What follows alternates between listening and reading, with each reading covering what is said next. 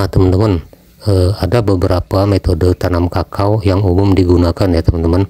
Yang pertama metode stek pucuk, kemudian yang kedua metode tanam biji, dan yang ketiga metode sambung pucuk, dan yang keempat metode okulasi. Nah, di setiap metode memiliki kelebihan dan kekurangan, dan pemilihan metode tergantung pada kondisi dan tujuan pertanian ya teman-teman.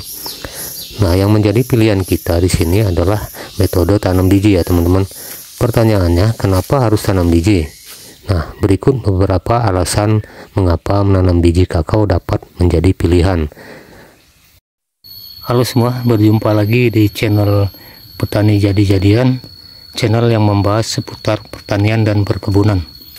Di video kali ini kita akan mengupdate kebun kakao kita, lokasi tanam biji. Pertanyaannya, kenapa harus tanam biji ya teman-teman? Nah, mungkin ada beberapa atau sebagian teman yang bertanya, kenapa kita harus menanam dari biji? Berikut beberapa alasan mengapa menanam biji kakao dapat menjadi pilihan. Nah, ada beberapa kelebihan menanam kakao dari biji ya teman-teman. Ini berdasarkan pengalaman dan hasil pengamatan praktek di lapangan ya teman-teman. Yang pertama, pertumbuhan lebih cepat. Jadi gini teman-teman, berdasarkan hasil pengamatan saya, menanam kakao dari biji ini pertumbuhannya lebih cepat dibanding dengan kita menanam dari sambung pucuk ya teman-teman. Karena begini, kalau bibit berasal dari sambung pucuk, segitu kita tanam dia mengalami stres dulu ya teman-teman. Yang saya perhatikan, dia pertumbuhannya lambat ya teman-teman, seolah-olah dia berhenti selama beberapa bulan ya teman-teman. Kan tapi beda dengan yang kita tanam dari biji ya teman-teman. Ya maksudnya begini teman-teman, sama-sama kita polybag dulu, kita pindah tanam. Jadi selama dia masa pindah tanam itu, segitu kita pindahkan. Kalau yang dari biji, segitu dia masuk dalam tanah, dia berkembang dan dia tumbuh, itu akan semakin cepat teman-teman, bahkan lebih cepat daripada sambung pucuk ya teman-teman. Jadi ada teori yang mengatakan kalau sambung pucuk itu berbuah lebih cepat. Itu benar teman-teman, tapi praktek di lapangan bahwa yang sambung pucuk itu setelah kita pindah tanam dia mengalami stres, sehingga hitung-hitungannya akan sama dengan yang kita tanam dari biji, karena yang dari biji ini lebih cepat pertumbuhannya. Itu berdasarkan pengalaman saya teman-teman ya. Silakan teman-teman coba, silakan teman-teman perhatikan. Kalau saya perhatikan beberapa bulan itu seolah-olah dia berhenti ya teman-teman, pertumbuhannya berhenti dulu, lama dia berkembang sehingga dalam jangka beberapa bulan, dan akan terkejar oleh yang tanam dari biji ini ya teman-teman. Cepat sekali pertumbuhannya. Nah, itu teman-teman ya. Kemudian biayanya lebih rendah ya teman-teman. Nah, kalau kita menanam kakao dari biji, tentu lebih murah dibandingkan dengan metode daripada sambung pucuk ya teman-teman. Nah, itu ya teman-teman, lebih murah biaya kita untuk menanamnya karena bibitnya lebih murah ya teman-teman, dan mudah kita dapatkan. Kemudian yang ketiga, ketersediaan biji kakao ini relatif mudah dan gampang diperoleh ya teman-teman. Dan yang keempat, keragaman genetik. Nah, kalau kita menanam kakao dari biji, tentu banyak modelnya, dan ini tentu akan meningkatkan keragaman genetik ya teman-teman, sehingga dapat meningkatkan ketahanan terhadap penyakit dan hama ya teman-teman. Karena yaitu tadi istilahnya klon campuran lah gitu ya teman-teman. Beda dengan kita sambung pucuk. Tentu kalau kita sambung pucuk, klonnya cuma satu ya teman-teman.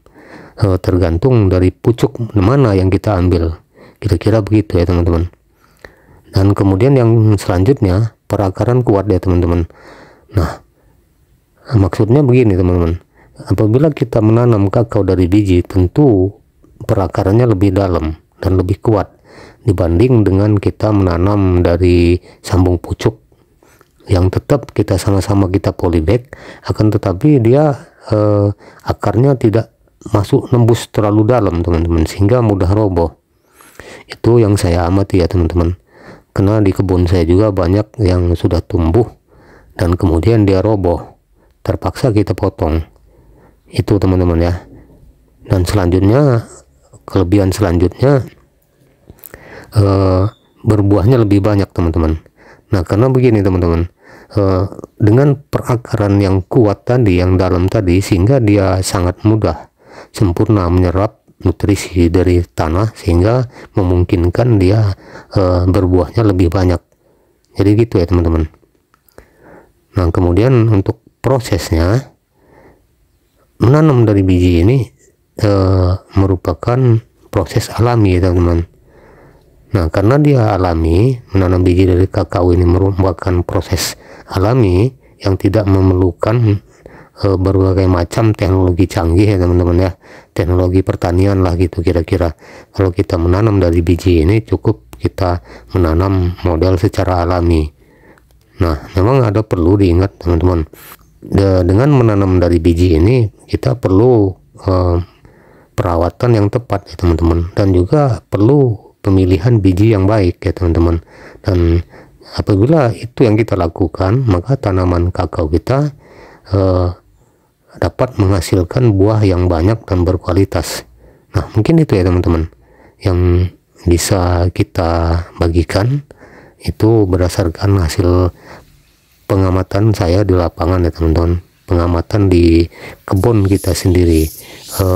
Jika ada teman-teman yang tidak sependapat ya silakan saja teman-teman ya, kita hanya sharing informasi, sharing pengalaman ya teman-teman, karena berbagi pengalaman ini teman tujuannya. Itu pengalaman kita praktek di kebun kita sendiri ya teman-teman. Baik teman-teman, mungkin itu yang bisa kita bagikan. Terima kasih sudah menonton. Semoga konten ini bermanfaat, menjadi motivasi bagi teman-teman yang ingin berbudidaya atau menanam varietas kakao ini. Jadi lahan kita ini ya teman-teman, memang sengaja kita siapkan untuk tanam biji ya teman-teman. Memang sudah ada sebagian yang sambung pucuk seperti yang di bawah itu ya teman-teman. Itu sudah sambung pucuk. Memang ini juga belum kita matikan, kita biarkan dulu sampai yang kita tanam, kakao yang kita tanam ini berusia 2 tahun lah teman-teman ya. Baru yang besar-besar nanti kita matikan. Karena kakao ini kalau masih usia 1,5 tahun ke bawah, memang dia perlu naungan ya teman-teman, sehingga jangan sampai dia terlalu terbuka ya teman-teman, karena dikhawatirkan apabila datang musim panas dia akan mati ya teman-teman. Kan tetapi jika dia sudah berumur 2 tahun, dia kita kurangi ya teman-teman, pelan-pelan kita kurangi. Ini juga sebetulnya sudah saya kurangi, karena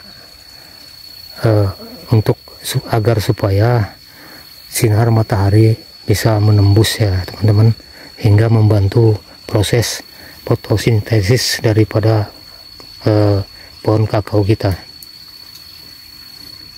Nah, ini yang lokal ya teman-teman, ini udah pada matang semua ya teman-teman, pada kuning semua ya teman-teman ya. Tapi itu jenis lokal, dan memang kakao ini sudah berusia hampir 15-an tahun ya teman-teman. Sudah tua sekali.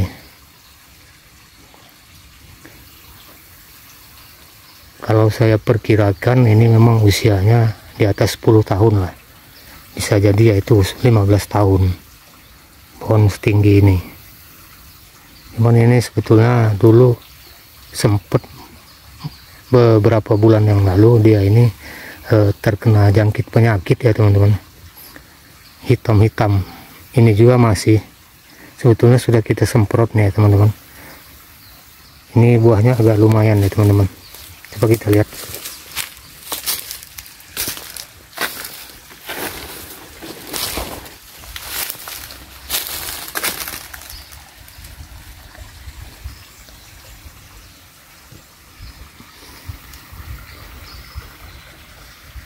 Seperti inilah gambaran kakao tanam biji ya teman-teman. Sekali matang dia buahnya banyak sekali.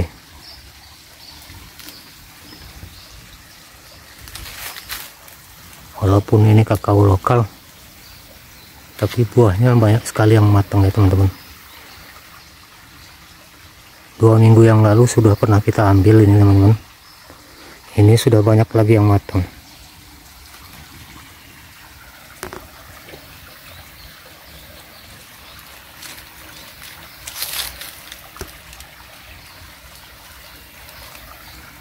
Baik teman-teman ya, itu update kebun kakao kita.